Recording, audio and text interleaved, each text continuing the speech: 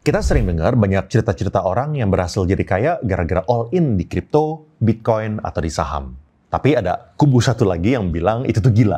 Diversifikasi itu penting. Tentu ini membingungkan ya, kalau misalnya kita mau diversifikasi pun, gimana sih porto yang ideal? Soalnya kan nggak ada yang pernah ngajarin spesifiknya, kita harus masukin berapa persen di masing-masing instrumen. Apalagi kalau misalnya ada market crash, bisa jantungan kita. Makanya di video ini, gue bakal kasih 15 portfolio terbaik dan juga apa yang kita harus lakukan kalau misalnya lagi ada market crash. Sebenarnya konsep ini udah pernah dibawain sama Sander, teman gue yang pernah jadi quant strategist di Amerika. Dan gue bakal ngedalemin konsep yang pernah dibawa sama dia, soalnya menurut gue ini salah satu cara yang paling realistis buat dapetin 10 miliar pertama. Gue bakal jelasin semuanya di sini. Let's go! Buat sampai ke 10 miliar, lu harus tahu dulu gimana caranya membangun kekayaan. Cuman ada dua cara ya buat bangun kekayaan, active income dan juga investment. Kebanyakan orang itu cuma salah satu, mau kiri atau mau kanan. Kalau misalnya lu adalah orang-orang yang jago banget di bisnis atau lu seorang profesional yang benar-benar mendedikasikan diri di pekerjaan dan karirnya itu meroket, ya itu sah-sah aja. Artinya, lu membangun kekayaan melalui active income. Gue sering ketemu sama orang-orang super kaya dari bisnis, dan menurut mereka, return investasi 6-15% itu target yang ideal. Soalnya tujuan utama mereka itu untuk menjaga kekayaan. Kalau misalnya lu nargetin return ketinggian, misalnya maunya 50% setahun lah, 100% setahun lah, artinya resikonya itu juga seimbang. Lu bisa kehilangan 80-90% juga, dan kemungkinan lu kejeblos itu tinggi, soalnya lu fokus di bisnis atau kerja selama 60 jam seminggu. Dan otomatis udah nggak ada waktu lagi buat baca buku Benjamin Graham atau pelajarin flow saham Indo kayak coy. Makanya jangan dengerin influencer yang bilang return 6-15% itu kecil. Setiap orang memiliki fokus yang berbeda-beda. Kalau misalnya lu tipe-tipe full-time investor atau trader, artinya lu nggak gitu fokus untuk nyari active income, tapi lu fokus numbuhin portfolio. Kalau misalnya di sini, lu wajib dapat return di atas rata-rata. Misalnya 15% sampai 25% setahun supaya return lo itu bisa compounding. Kalau misalnya lu jago di dua-duanya, investment dan juga di active income, pertumbuhan kekayaan lo itu bisa tumbuh yang paling cepat. Gue pribadi berusaha untuk fokus di dua-duanya ya, soalnya gue luangin waktu yang cukup lama setiap minggu buat pelajarin market sambil ngejalanin bisnis-bisnis gue. Gue tahu banyak yang lebih jago ya, tapi porto gue sering lah numbuh di atas 40-50% setahun. 2022 gue dapet jackpot di saham US, 2023 akhir itu di Bitcoin, dan di 2024 itu di saham Indonesia. Total porto saham Indo gue udah beggar. Kenapa ini mengakibatkan pertumbuhan yang paling gila?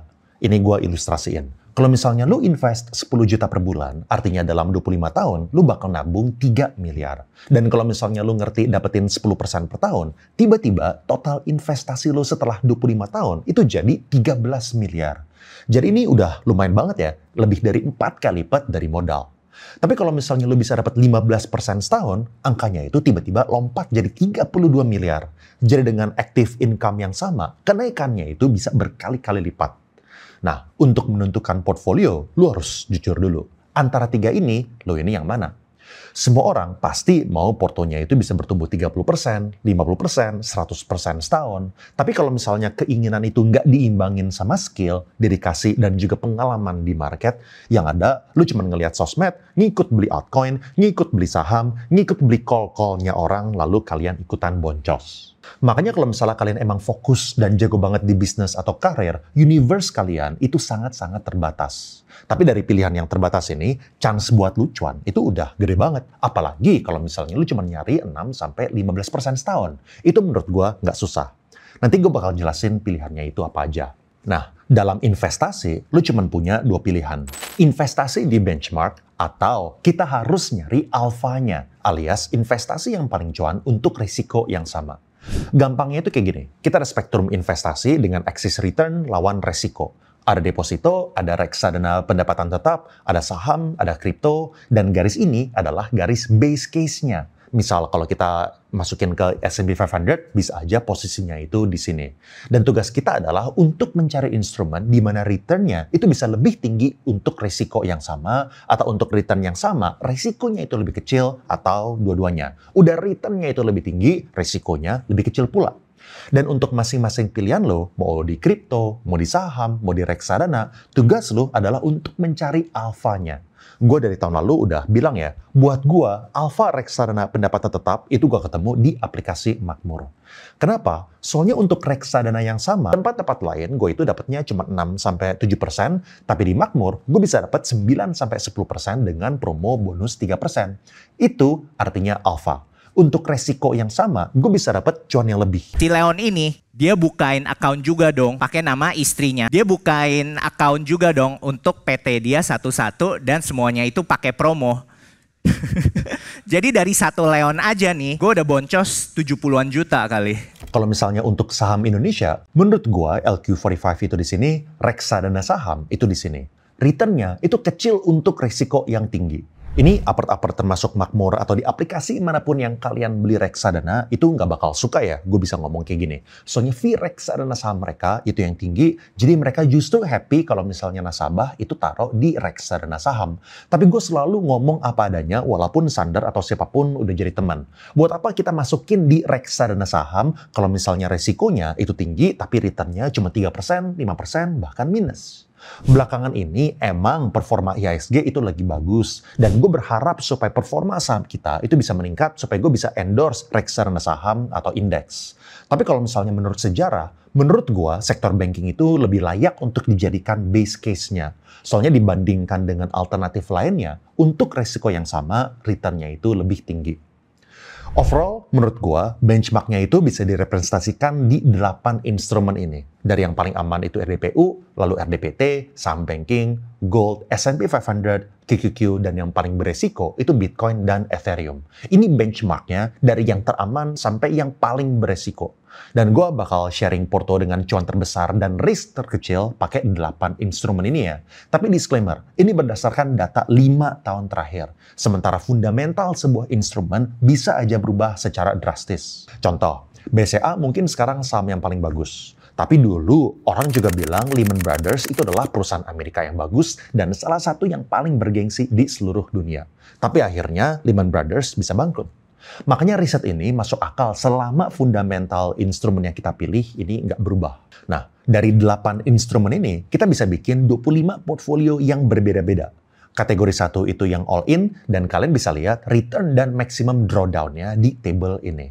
Drawdown ini basically selama 5 tahun terakhir, penurunan yang paling besar itu berapa persen. Contoh, kalau misalnya kalian invest di Ethereum dalam 5 tahun terakhir, kalian bakal pernah ngalamin penurunan portfolio dari titik tertinggi senilai 76%. Sebaliknya, kalau misalnya di RDPU nggak ada drawdown-nya karena walaupun return-nya itu rendah, dia itu emang stabil naik. Dan kalian juga bisa lihat data potensi cuan dan risiko drawdown kalau misalnya all-in di RDPT, BBCA, Gold, SPY, QQQ, dan juga di Bitcoin. Lalu kategori nomor 2, itu gue pakai konsep risk parity alias ngebagi portfolionya berdasarkan risiko secara rata. Misal, kalau misalnya gue percaya cuman sama yang di Indonesia aja, berarti bisa aja instrumennya itu cuman di RDPT dan juga di BBCA. Lalu kalau misalnya percaya instrumen Indonesia dan juga Amerika, berarti gue juga masukin porsi SPY dan QQQ itu di sini. Dan di sini kalian bisa ngelihat bobotnya ya. Secara risiko kita ini udah bagi 4 secara rata. Tapi secara bobot kita itu masukin 47% di RDPT, 17% di BBCA, 20% di SPY, dan 16% itu di QQQ. Lalu kalau misalnya kita juga terbuka dengan gold dan crypto, dengan konsep risk parity, bobot kita itu jadi 38% di RDPT, 14% di BBCA, 12% gold, 16% SPY, 13% QQQ, 3% Bitcoin, dan 3% Ethereum. Cuannya itu 18% setahun dan maximum drawdown-nya itu 9%. Lalu ada satu konsep lagi namanya itu risk budgeting. Jadi kita memiliki bias dan kita percaya terhadap satu instrumen yang spesifik. Ini bisa kita pakai terutama kalau misalnya kita itu jago spotting trend dan juga bull run di sebuah instrumen ya. Tapi caranya ini bukan berarti kita itu mengalokasikan 90% dari total investasi kita ke satu instrumen, tapi kita mengalokasikan 90% resikonya di satu instrumen ini. Misal, kalau misalnya risk budgeting 90% ke S&P 500, artinya 59% portfolio itu dimasukin ke SPY, 19% itu ke RDPT, dan sisanya itu dibagi ke BBCA, QQQ, dan lainnya. Kalau misalnya risk budgeting 90% ke Bitcoin, 18% itu di Bitcoin, 32% itu di RDPT, lalu sisanya itu dibagi ke instrumen-instrumen lainnya. Mungkin kalian ada yang nanya ya, Bro, gimana sih cara ngitung bobot masing-masing instrumen untuk resiko yang kita mau alokasikan? Nah, jujur ini gue susah jawab ya. Ini gue share cara kerjain behind the scenes-nya itu gimana pakai Python. Cukup kompleks dan mungkin butuh berhari-hari atau berminggu-minggu supaya lo ini bisa ngerti cara construct portfolionya itu kayak gimana. Tapi buat mayoritas orang, menurut gue cukup ngerti konsepnya aja lalu kalian tinggal melakukan adjustment sendiri. Selanjutnya, buat ngefilter porto yang paling optimal, kita langsung hapusin porto yang secara performa itu kalah. Balik lagi ke sini ya. Kalah, itu definisinya cuannya itu lebih rendah dibandingkan alternatif lain yang resikonya itu sama atau resikonya itu lebih gede untuk cuan yang sama atau dua-duanya. Udah lebih kecil cuannya, lebih beresiko pula. Misal, daripada all in di QQQ, gue mending risk budgeting Bitcoin atau Ethereum 70%. Maximum drawdown-nya itu jauh lebih rendah di 13%, tapi cuannya itu sama. Nggak masuk akal juga buat gue all in di S&P 500. Soalnya risk budgeting SPY di 70% maupun di 90%, resikonya itu lebih rendah daripada all in di S&P 500 untuk return yang sama. Dan ini sekarang yang ditunggu-tunggu. Apa portfolio yang paling optimal? All in Ethereum dan Bitcoin, ini yang memberikan return tertinggi. Kalian bisa dapetin potensi cuan 50-70% per tahun. Ini artinya, kalau misalnya kalian invest 5 juta per bulan dan mau punya 10 miliar, kalian cuman butuh 8 tahun lebih sedikit. Kalau misalnya kalian bisa top up, invest 10 juta per bulan, cuman butuh 7 tahun untuk kalian dapat 10 miliar pertama. Tapi maximum drawdown-nya ini juga tertinggi ya. Silakan kalian masuk ke sini kalau kalian mau yang paling cuan dan yang paling beresiko alias kalian harus bisa terima potensi minus 70-an%. Dan ini simulasi pakai Ethereum ya, dengan asumsi performa masa depan Ethereum akan mirroring 100% dengan apa yang terjadi 5 tahun yang lalu. Kalau misalnya gue pribadi, gue nggak berani ya. Soalnya altcoin itu ada banyak. Dan banyak yang digadang-gadang sebagai Ethereum killer.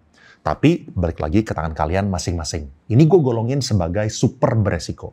Lalu kategori yang beresiko itu menurut gue yang maximum drawdown-nya itu antara 10-21%.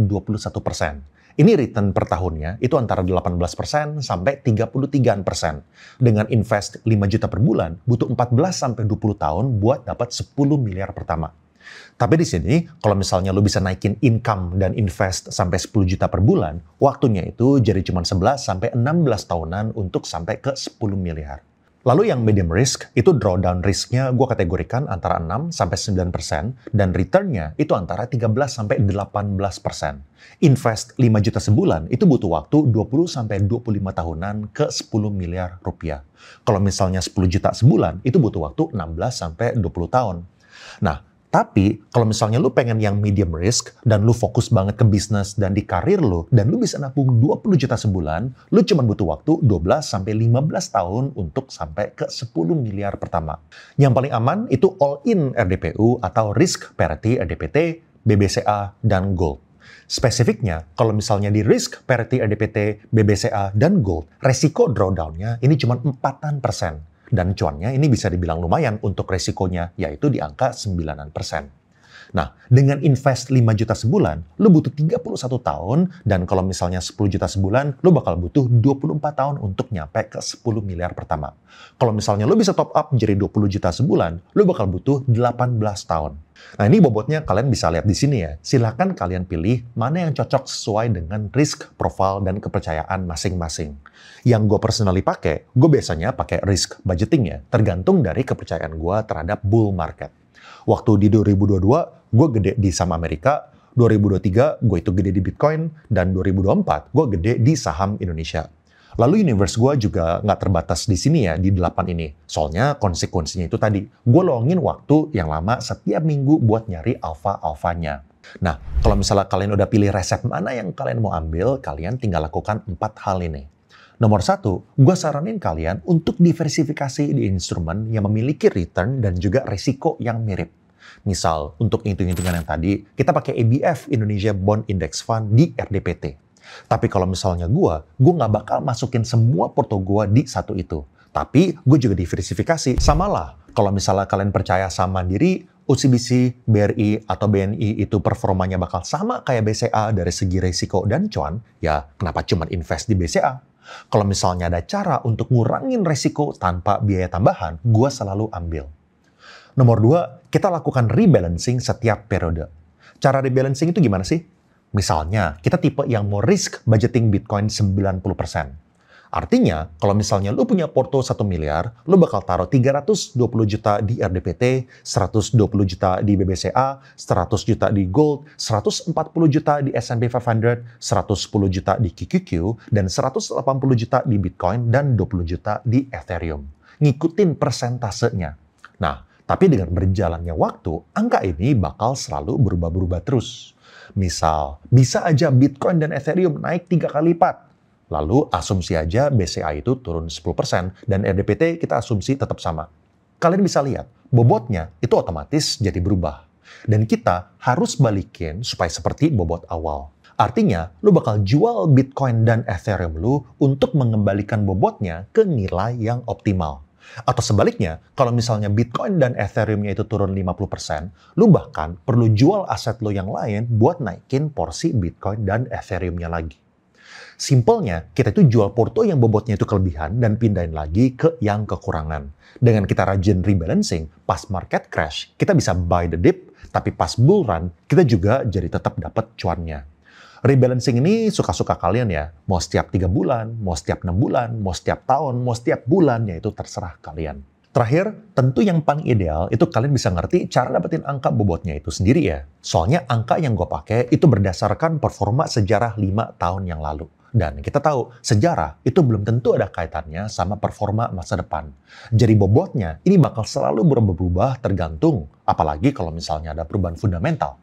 Misalnya, tiba-tiba perusahaan Amerika itu udah nggak inovatif lagi, atau mereka tiba-tiba terlibat perang, atau tiba-tiba ada Ethereum killer. Itu pasti akan perlu kita riset ulang supaya kita bisa tahu cara mengalokasikan porto yang optimal.